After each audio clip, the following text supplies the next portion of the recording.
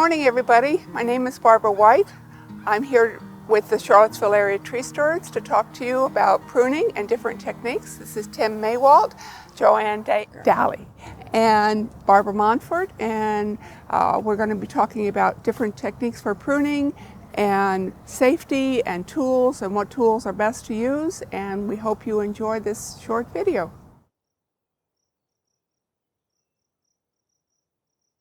My name is Tim Maywalt. I'm a member of the Charlottesville Area Tree Stewards. I'm the co-chairman of the Education Committee for Tree Stewards here in Charlottesville. Today we're talking about pruning, and we can't talk about pruning without talking about pruning tools. So let's take a look at some of the basic tools that you'll need for pruning.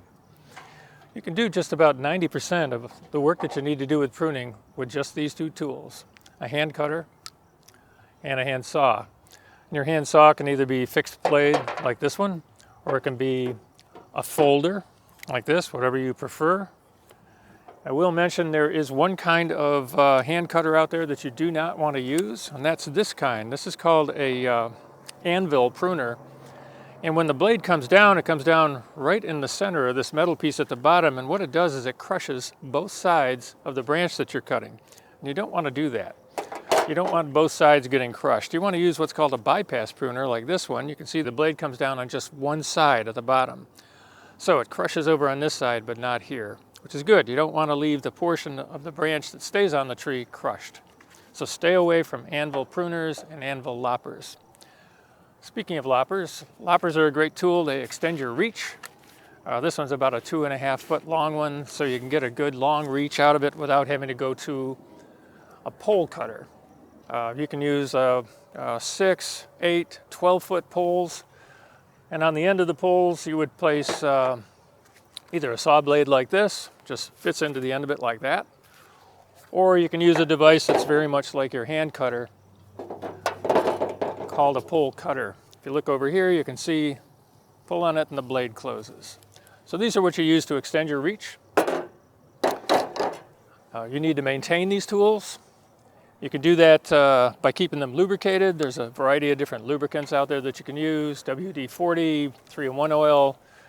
This is a lanolin-based lubricant. There's graphite-based ones. If you use something like this, it's natural. It doesn't put petrochemicals into the environment. And all of these tools need to be kept sharp. There's a wide range of sharpening mechanisms you can use. This is called a diamond sharpener.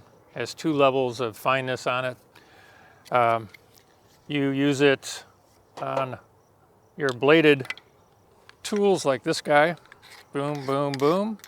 And you're ready to go. That's all it takes. Keep them sharp. And you have to keep your tools disinfected. And probably the best tool for that, or the best item to use, is Lysol. You can get a little spray bottle like this and just carry it around in your pocket.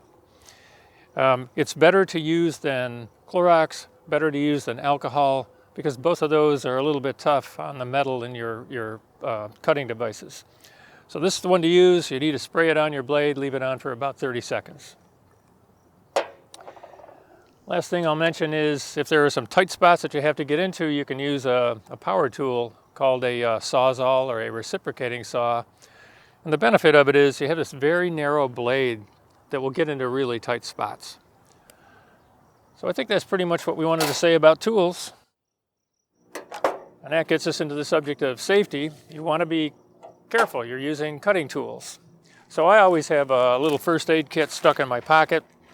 It's got some Band-Aids in it and alcohol swabs and some antibiotic cream.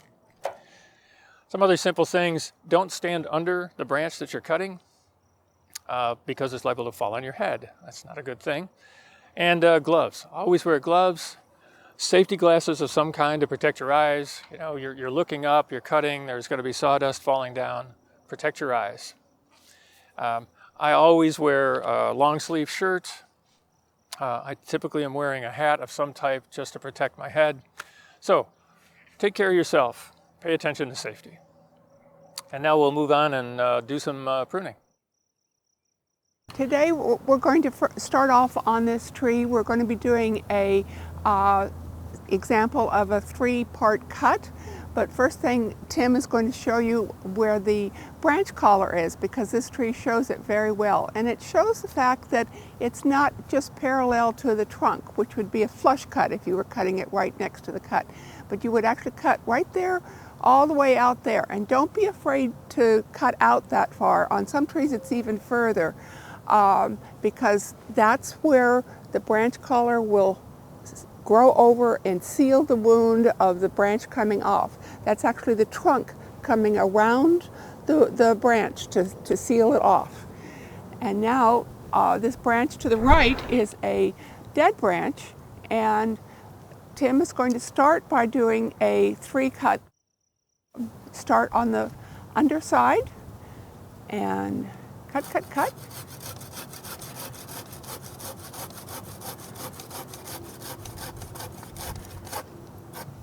And there he's gone about halfway through, and now he's going to go up on the top and cut it from there.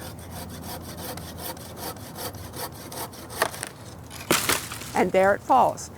This is really good.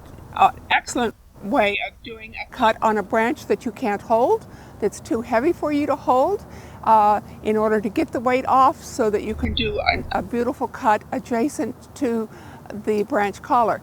The branch collar on this branch, as opposed to the first one we looked at, is a lot closer to the trunk because it's a dead branch and the trunk is starting to grow around it and level it out. So now Tim is going to do the final cut, and he can place it right outside the branch collar and do a nice cut. He has a good sharp saw, and dead wood a lot of times is harder to cut than live wood because it has dried and it's hard. But a good sharp saw makes a difference. And there we go. Here we have a dogwood, and it has a number of issues that pruning can resolve. It has adventitious growth, these little shoots that are coming out from points where cuts were made in the past. And also up here has what's called a rubbing branch, where it crosses this branch. When we take it out, you'll see a scar on this branch from the rubbing. And that rubbing process opens the bark and allows decay-causing agents to get into the tree. It can cause decay. So that's why we have to take out rubbing branches. So we'll start down here with some of this adventitious growth, and we're going to cut it quite close to the trunk.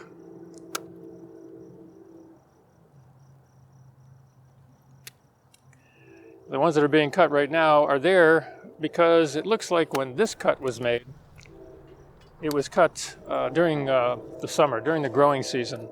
And when you prune in the growing season instead of when it's dormant like it is right now, that can cause this adventitious growth to come up.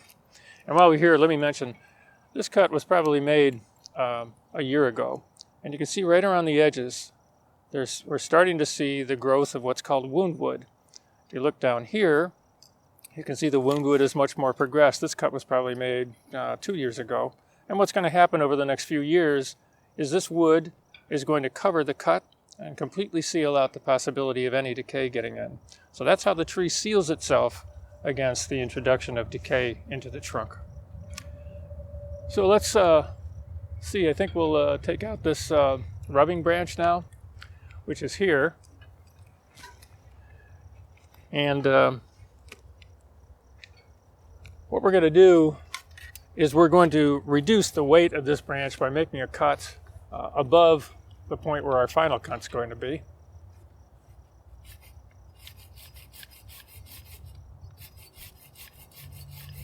By reducing the weight of the branch, it's going to make it easier here when we make the final cut, because it's pretty tight. We don't want to have all that weight on it. We want a nice light piece that we're going to snip off here.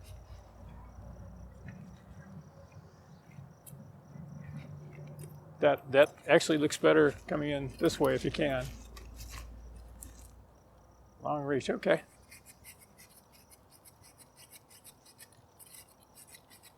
So here we don't have a branch bark collar to help us because it's actually, this situation here is referred to as codominance. They're all roughly the same size, and when the branches are about the same size, it never has an opportunity to develop a branch bark collar.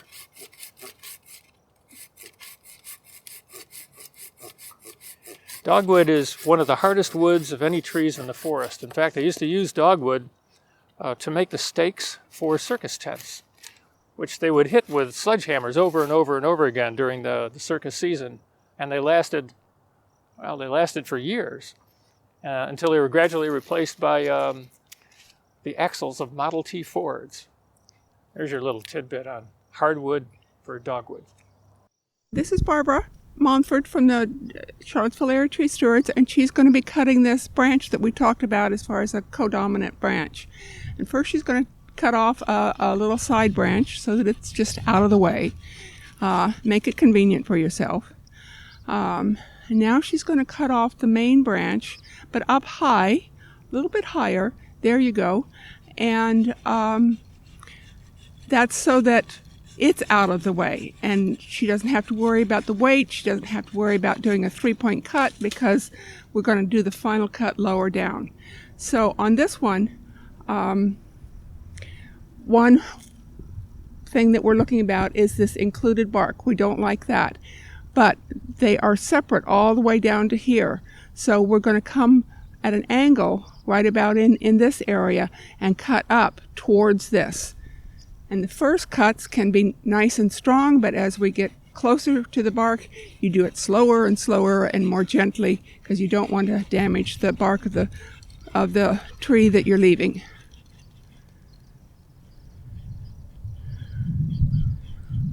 Now, Barbara, I'm going to hold this way so that it's not putting pressure on your blade. Okay, on this side you're getting close. If you need to angle around a little bit, that's good. Yeah, almost there, almost there. There we go. Yeah, look at that. Isn't that pretty? Redbud wood.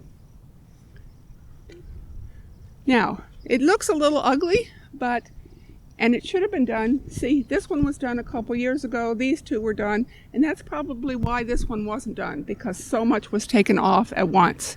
So this one was left. And it grew. It got bigger, it got stronger, and now it's really bad. So now I'm going to talk a little bit about this Halesia tree and the need that it had for subordination. Subordination is where you have a branch that you're cutting off more than the traditional 1/3 of a branch. Traditionally, we only cut 1/3, but when you're trying to reduce the growth or subordinating it, you cut more than 1/3, 1/2 to 2/3. We did this because this branch, a couple years ago when it was done, was too close in relation to the main trunk as far as size, and we wanted to reduce its growth so that it would learn that it was a branch and slow the growth so that the wound that we're creating is smaller in relation to the size of the trunk. So this was done. You can see how it vigorously grew from there, and now I'm going to come down here and do this cut. You can see at one time all these places where we did cuts previously, but this one was left. This one was probably done a couple years ago. Those are pretty good cuts. Come around this side. And this isn't a big branch. It's not going to fall very far, so I'm not going to do a 3-point cut, but I am going to cut underneath. I always cut underneath, even on small branches, because I hate to see it rip the bark. So there it is. All you really have to do is cut through the cambium layer. You don't have to cut real deep, and then cut from on top. See, it's almost ready to cut. There we go. And it got a nice cut. I can clean this up a little bit so that it's more level.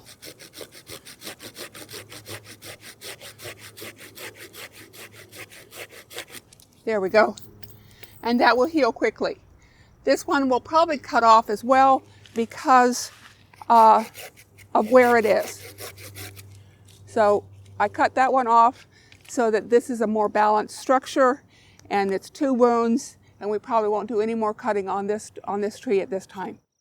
Oh, this was a 2-cut method because I cut from underneath, and even on a little branch like this, cut from underneath, unless I can hold it. If I can hold it and I know I can carry that weight, I don't necessarily do that, but cutting from underneath so that you don't whip the bark down. Joanne Daly is going to show you how to cut a girdling root. This is something that should have been taken care of when the tree was planted, but it wasn't, so we're taking care of it now. And this root, it's been cut. She's cutting another slice out of it so that there's no way it can graft together. And so there's a nice cookie out of the root. And the roots on that side will die. They don't have the energy coming into them or going out of them any longer. All of this and all of that is starting to put pressure on the trunk, which will reduce absorption of nutrients and translocation of nutrients. Today I'm going to talk to you a little bit about the time of year that you prune, when you prune. And you can see that everyone today has been wearing jackets, because usually we prune in the winter when our hardwood trees are dormant. And we do that for multiple reasons. One, it's easier to see the structure of the tree, to see your crossing branches, your broken branches, codominants, those kinds of things that we're going to be looking for. We're standing here underneath a tulip poplar that doesn't have any of those things. So it's generally best to prune in the winter, starting even as early as October and then through the beginning of bud break.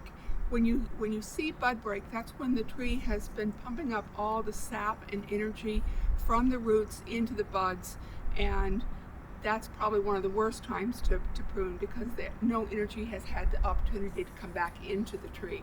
So if you really want to kill a tree, cut it at bud break. You're taking all the energy out of it. Another reason to prune in the winter is that you don't have the leaves on, so you don't have the weight of those leaves. And believe me, they do weigh a lot when you have major branches that you're carrying around with all of the weight of the leaves.